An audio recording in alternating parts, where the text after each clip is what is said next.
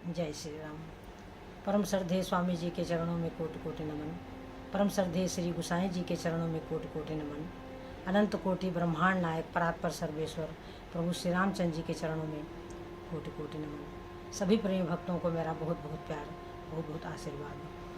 श्री राम जय जय राम। श्री राम जय जय राम। मंगल मूर्ति मारुति नंदन, सकल मंगल मूल निकंदन।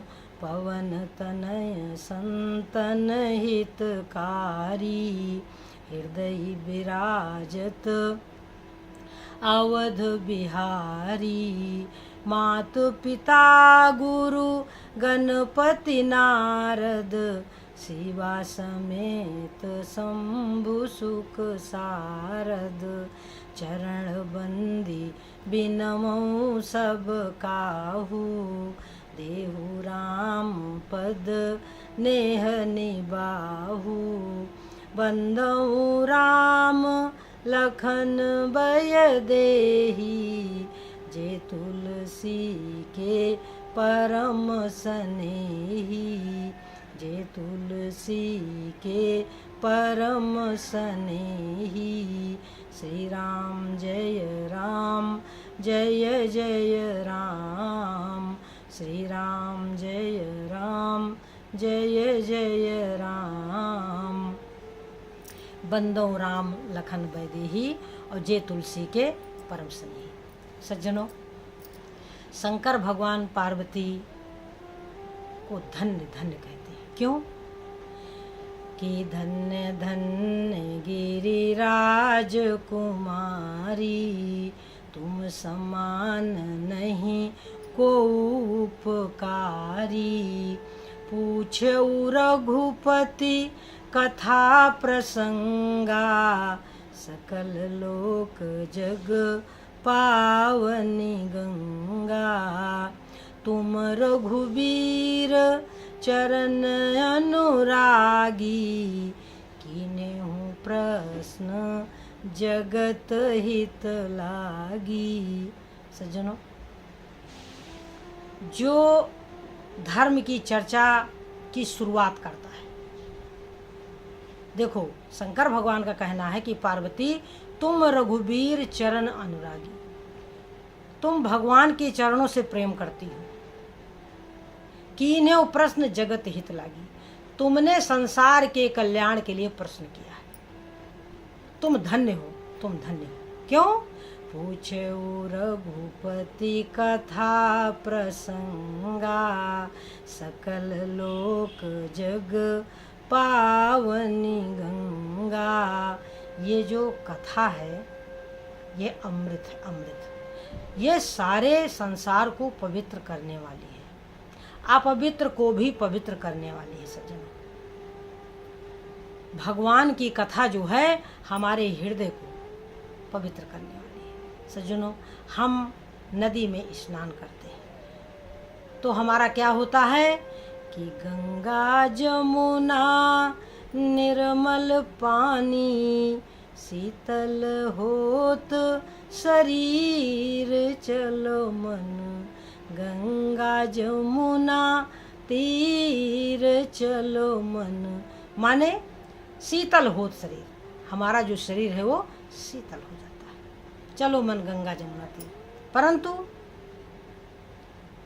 यदि हम सत्संग सुनते हैं तो क्या होता है कि हमारा मन पवित्र हो जाता है, और जब हमारा मन पवित्र हो जाता है तो पवित्र मन में ही भगवान निवास करते हैं।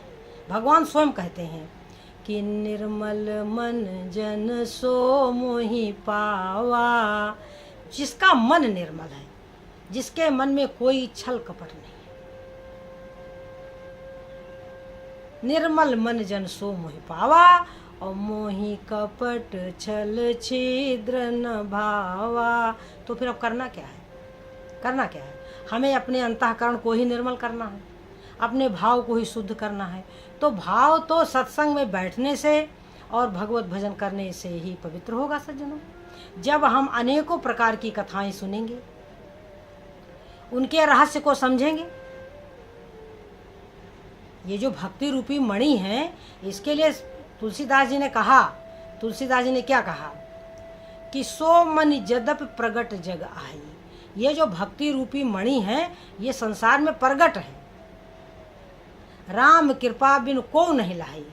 बिना भगवान की कृपा के किसी को प्राप्त नहीं होती। अब प्राप्त करने का तरीका बताया मानस में श्री गोसाई जी ने। क्या भक्ति रूपी मणि को प्राप्त करने का क्या तरीका बताया?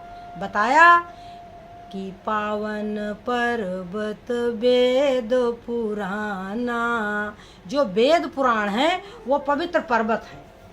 जो वेद पुराण है वो पवित्र पर्वत है। और क्या है कि राम कथा रुचिरा कर नाना। भगवान की जो सुंदर सुंदर कथाएं हैं, अनेकों प्रकार की। और मर्मी सज्जन सुमति कुदारी, ज्ञान विराग नयन उर्गारी। कागभूषुंडी जी कहते हैं कि मर्मी सज्जन, जो संत जन है, वो उस कथा के मर्म को जानने वाले हैं। मर्मी सज्जन सुमति कुदारी, और जो सुंदर बुद्धि है वही कुदाल है। और ज्ञान विराग नयन उर्गारी। हे गरुड़ जी, ज्ञान और वैराग्य रूपी नेत्र हैं। हमारी जो सुंदर बुद्धि है वो कुदाल है, कुदाल जिससे हम भक्ति रूपी मणि को प्राप्त करेंगे। और ज्ञान और वैराग्य हमारे नेत्र हैं। अब और क्या चाहिए कि भाव सहित खोजई जो प्राणी। जो शुद्ध भाव के साथ, माने जिसे भक्ति चाहिए, जिसे भगवान चाहिए, जिसे ईश्वर प्रेम चाहिए, उसके हृदय में भाव क्या होना चाहिए कि हमें हमें राम चाहिए। जैसे मीरा कहती है कि गोविंद कबहू मिले पिय मेरा, गोविंद कबहू मिले पिय मेरा। क्या कहती है मीरा कि चरण कमल को हंस हंस देखूं, चरण कमल को हंस हंस देखूं, राखूं नैना नेड़ा, गोविंद कबहू मिले पिय मेरा, गोविंद कबहू मिले पिय मेरा, गोविंद कबहू मिले पिय मेरा। तो ये भाव होना चाहिए कि प्रभु कब कैसे हमें मिलेंगे कि नहीं मिलेंगे। तो इस भाव को लेकर के जब हम भक्ति को प्राप्त करने के लिए चलेंगे, यही तुलसीदास जी का कहना है कि भाव सहित खोजई जो प्राणी। जो शुद्ध भाव को लेकर के सत्संग में बैठेगा। देखो, सत्संग में बैठो और जो संत जन बोलते हैं उन शब्दों को कान रूपी दोने से पियो, और कान रूपी दोनों से पियो और हृदय में उसको एकत्र करो। वो जो उनके शब्द हैं, जो उनके संतों के भाव हैं, उसको अपने हृदय में बटोरते रहो, वो निकलने ना पाए। और उसके विषय में किसी से चर्चा भी ना करो। किसी से भी चर्चा करोगे तो लोग आपका मजाक उड़ाएंगे। पक्की बात है, पक्की बात है। हाँ, जब आप सिद्ध हो जाओगे, जब भगवान आपको आज्ञा दे देंगे कि आप यह कार्य करो, तब जब वह कार्य करोगे तब उसका आनंद है। क्योंकि तब भगवान की आज्ञा होगी, तब उसमें हमारी कोई इच्छा नहीं होगी। क्योंकि भगवान की आज्ञा का तो पालन तो हमें करना है। अगर भगवान कहते हैं कि नहीं तुम जाओ, राम नाम कही कही के जग में संत समागम कीजे अब मन, राम नाम कही लीजे अब मन। तो जब यह आज्ञा मिल जाए, हृदय में सब कुछ पता चल जाता है कि हमें आज्ञा मिली कि नहीं मिली, भगवान क्या चाहते हैं और हम क्या चाहते हैं, तो सज्जनों, हम भी यही चाहते हैं कि हम भगवान को याद करें, हम भगवान का गुणगान करें, हम भगवान का गुणगान सुने और हम भगवान का गुणगान करें। सुन करके हम अपने कानों को पवित्र करें, अपने हृदय को पवित्र करें और बोल करके हम अपनी वाणी को पवित्र करें। सज्जनों, जितनी देर प्रभु का गुणगान करते हैं उतनी देर तो वाणी पवित्र रहती है। सज्जनों, इसके बाद भले हम दुनियादारी में जाएं, क्योंकि दुनियादारी में तो हम दुनियादारी की ही बात करेंगे सज्जनों, क्योंकि कौन भगवान की कथा सुनेगा। और भगवान की कथा के लिए एक विशेष स्थान भी होना चाहिए, क्योंकि सबसे, मान लीजिए किसी में श्रद्धा नहीं है तो कहिए नहीं है सठई हट सीलें, जो मन लाई न सुन हर लीलें, कहिए न क्रोधी हैं कामी हैं लोभी हैं। किसी लोभी क्रोधी कामी को ये कथा सुनाओगे तो उसको नहीं अच्छा लगेगा सज्जनों। तो जो जिस रस का रसिक नहीं है तो उसके लिए उस चीज़ का सम्मान नहीं है सज्जनों। इसलिए हर जगह हम राम कथा नहीं कर सकते। दुनियादारों के सामने तो हम दुनियादारी की ही बात करेंगे, वो मजबूरी है, वहाँ राम कथा नहीं चलेगी। राम कथा तो भगवान के भक्तों के लिए है, जो महापरम पवित्र हैं, जिनका मन निर्मल है, जिनकी बुद्धि निर्मल है, जिनके हृदय में ईश्वर प्रेम प्रकट है, जो भगवत कथा को, भगवान की कथा को सुनना पसंद करते हैं, उनके लिए राम कथा है सज्जनों। सबके लिए राम कथा नहीं है।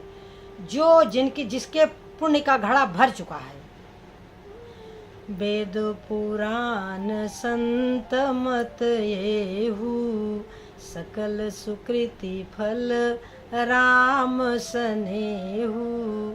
सारे पुण्यों का जो फल है वो भगवान के चरणों से प्रेम है।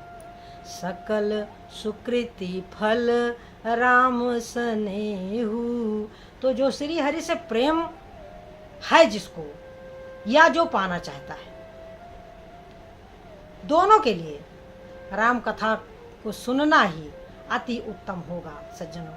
क्योंकि शंकर भगवान जिस कथा को पार्वती जी से कहते हैं कि धन्य धन्य गिरिराज कुमारी, तुम समान नहीं को उपकारी, पूछो रघुपति कथा प्रसंगा, सकल लोक जग पावनी गंगा। तो जिस कथा को निरंतर निरंतर का भुसुंडी जी कहते हैं और उस कथा के बल पर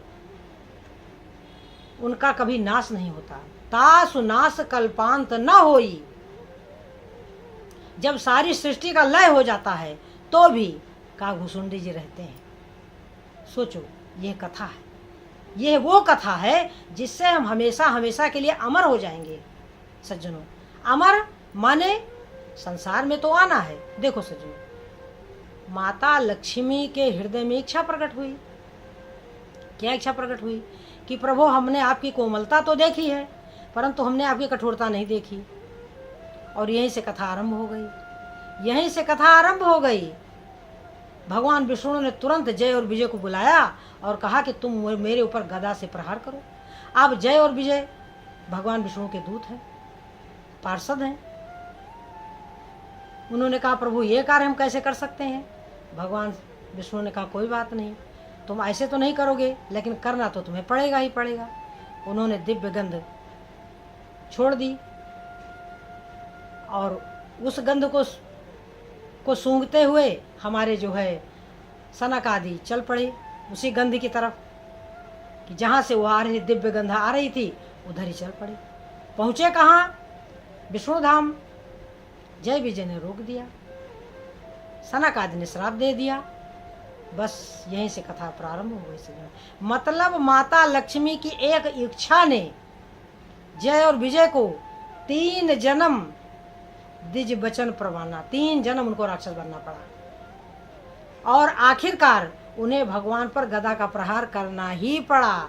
रावण ने अनेकों अस्त्रों शस्त्रों का प्रयोग किया राम पर, हिरण्याक्ष ने गदा से प्रहार किया 12 भगवान पर, और क्या कहते हैं, शिशुपाल ने अनेकों गालियों से उनका आदर सत्कार किया भगवान श्री कृष्ण का। तो सज्जनों, ये है भगवान की इच्छा।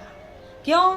राम कीन चाहै सोई होई, करई अन्यथा आस नहीं कोई। सज्जनों, हमारे चाहने से हम वैकुंठ धाम नहीं चले जाएंगे। हम चाहेंगे कि हम वैकुंठ धाम चले जाएं तो ये संभव नहीं है। हाँ, वो प्रभु अगर चाहेंगे तो हम इसी पृथ्वी पर वैकुंठ ले आएंगे। अगर हमारे नारायण चाहेंगे तो हम इसी पृथ्वी पर इसी शरीर में वैकुंठ के निवासी हो जाएंगे। हमें वैकुंठ जाने की आवश्यकता नहीं है। जब हमारे हनुमान जी वैकुंठ नहीं गए, क्यों? कथा के लिए। क्यों? भगवान कहते हैं कि ना हम बसाम वैकुंठे योगिना हृदय नाचा मद भक्ता यत्र गायंती तत्रामि तिष्ठति नारद। हे नारद, मैं वहीं रहता हूँ। तो हनुमान जी ने कह दिया कि प्रभु वैकुंठ में आपकी कथा नहीं मिलेगी। तो सज्जनों, ये कितनी सुखद बात है कि हमें वैकुंठ जाने की आवश्यकता नहीं है। वैकुंठ का मतलब क्या होता है? विकुंठ, कुंठा रहित मन, राग द्वेष से रहित मन, जिस हृदय में प्रेम भरा हुआ हो, ईश्वर प्रेम भरा हुआ हो, वो हृदय तो वैकुंठ ही है। सज्जनों, प्रभु हम पे कृपा करना, प्रभु हम पे कृपा करना, वैकुंठ तो यही है, हृदय में रहा करना। प्रभु हम पे कृपा करना, प्रभु हम पे कृपा करना। तो सज्जनों, प्रभु हम पे कृपा करना, प्रभु हम पे कृपा करना। तो यह है कि भाव सहित खोजै जो प्राणी, पाव भगति मन सब सुख खानी। उसको भक्ति रूपी मणि की प्राप्ति हो जाती है, जो सारे सुखों की खानी है। भगवान की जो भक्ति रूपी मणि है, वो सारे सुखों की खानी है। चाहे आपके पास धन दौलत हो और चाहे ना हो। हमारे गुरुदेव कहते हैं कि धान नहीं धीणो नहीं, नहीं रुपयो एक। स्वामी राम सुदास जी महाराज कहते हैं कि धान नहीं धीणो नहीं, नहीं रुपयो एक।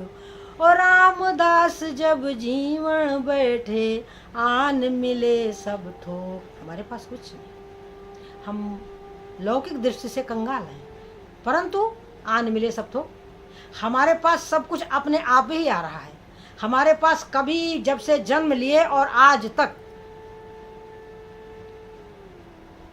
सभी आवश्यकताओं की पूर्ति प्रभु करते चले आ रहे हैं। तो जिन्होंने आज तक किया है वह आगे भी करेंगे। तो हम चाहें कि हम वैकुंठ जाए, नहीं, हमारी कोई चाह नहीं है।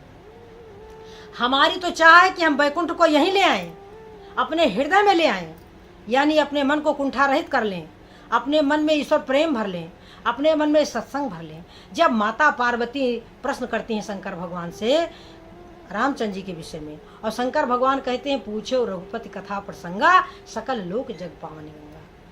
तो ये कितना सुखद एहसास है। जब श्री गोसाई जी लिखते हैं कि भाव सहित खोजै जो प्राणी, तो क्यों ना सत्संग में बैठें, क्यों ना सत्संग का सेवन करें सज्जनों, जिससे हमारी सारी रिद्धियां सिद्धियां हमारे करतलगत हो जाएंगी। तो हम इस रहस्य को क्यों नहीं समझते कि नारायण तो यही हैं, प्रभु तो यही हैं। ये जो हमारा कुंठा रहित मन है, जो राग द्वेष से रहित मन है, जो ईश्वर प्रेम से भरा हुआ मन है, वही तो वैकुंठ है। तो हम अपने भाव को शुद्ध करें सज्जनों, अपने भाव को शुद्ध करें, अपने मन को निर्मल करें। हमारे प्रभु को जो जो प्रिय है, जो जो प्रिय है, जैसे मीरा कहती है कि आली मैं बैरागन हूँगी, आली जिह्बे सा मेरे प्रीतम रीझें, सोई बेस धरूंगी, आली मैं बैरागन हूँगी, आली। तो विचार करना है कि तुलसीदास जी तुलसीदास कैसे बने, काकभूषुंडी जी का प्रलय में भी नाश क्यों नहीं होता, शंकर भगवान किस चीज का आदर करते हैं, हैं सज्जनों। तो हमें इन तथ्यों पर सोचना होगा कि भरद्वाज जी क्या सुनना चाहते हैं याज्ञवल्क्य जी से। तो ये कथा है, ये हमारी व्यथा को दूर करने के लिए सज्जनों। तो इस कथा के रहस्य को समझें कि जो कथा सारे विश्व को पवित्र करने वाली है, उसके विषय में माता पार्वती पूछती हैं और शंकर भगवान एक एक करके कथा को सुनाते हैं। गरुड़ जी प्रश्न करते हैं, हमारे काकभूषुंडी जी सुनाते हैं। भरद्वाज जी प्रश्न करते हैं, हमारे याज्ञवल्क्य जी सुनाते हैं। और संसार के प्रश्नों का उत्तर हमारे श्री तुलसीदास जी देते हैं सज्जनों। तो हमें उन भावनाओं को, संतों के भाव को समझना होगा। और वो भाव कहाँ मिलेगा? वो भाव मिलेगा सज्जनों सत्संग में। तो यह कथा रस है, सारे विश्व को पवित्र करने के लिए है। और इस कथा का पान करें, हमेशा हमेशा के लिए अमर हो जाए। कोई इच्छा मन में ना रखें, कुछ भी नहीं, केवल अपने मन को ईश्वर प्रेम से भरे रखें सज्जनों। जय श्री राम।